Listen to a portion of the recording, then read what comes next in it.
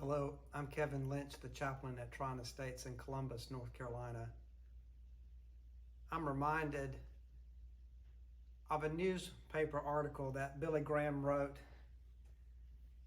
where he responded to someone not familiar with our Independence Day history as we're thinking about Independence Day tomorrow. He wrote that July the 4th commemorates the day in 1776 where our nation declared itself, that we all know, to be an independent nation and no longer a colony of England. On that date, a number of our leading citizens signed what we know to be the Declaration of Independence, stating our determination to be a free country. Our independence certainly didn't come easily, and only after several difficult years of war and many deaths would it finally be won.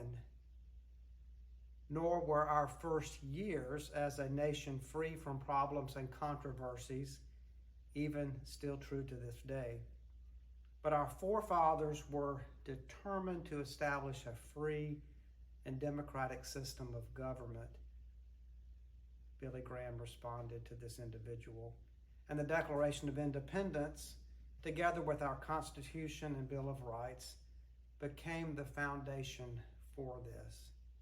They've stood the test of time, he said, and on July the 4th we give thanks for the wisdom and the faith and courage of those leaders.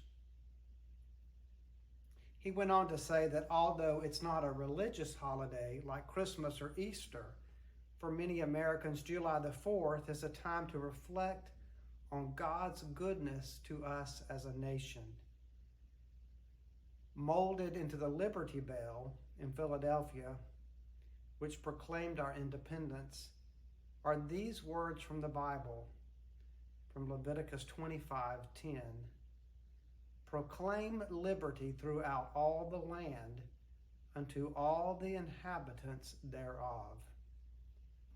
He says further, our legal system reflects our Judeo-Christian roots.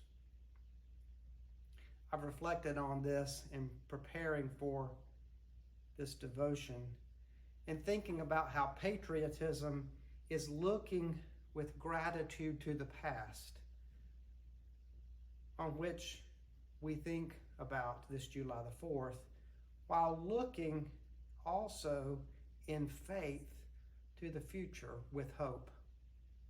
May we commit it and our lives to God and God's will. You know, the ancient words of the psalmist are still true, aren't they?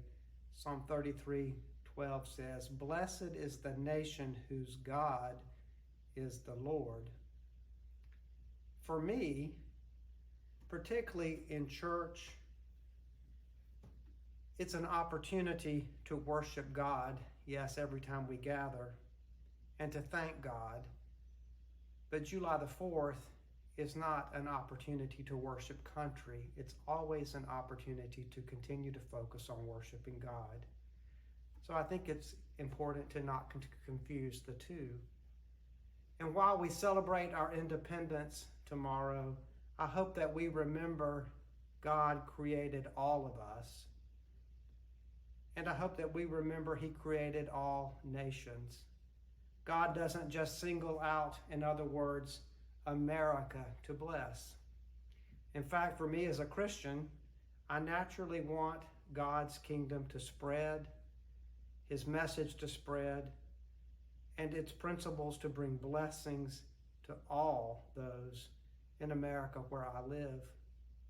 However, I don't feel any special nationalistic power or entitlement to which those principles ought to advance. I pray that this July the 4th, we're held by Jesus and the New Testament, and that we may be humble, loving, and sacrificial as we promote justice for everyone and seek God's kingdom on earth and in heaven. May that blessing be true for all of us as we're thankful for how God blesses us and our nation.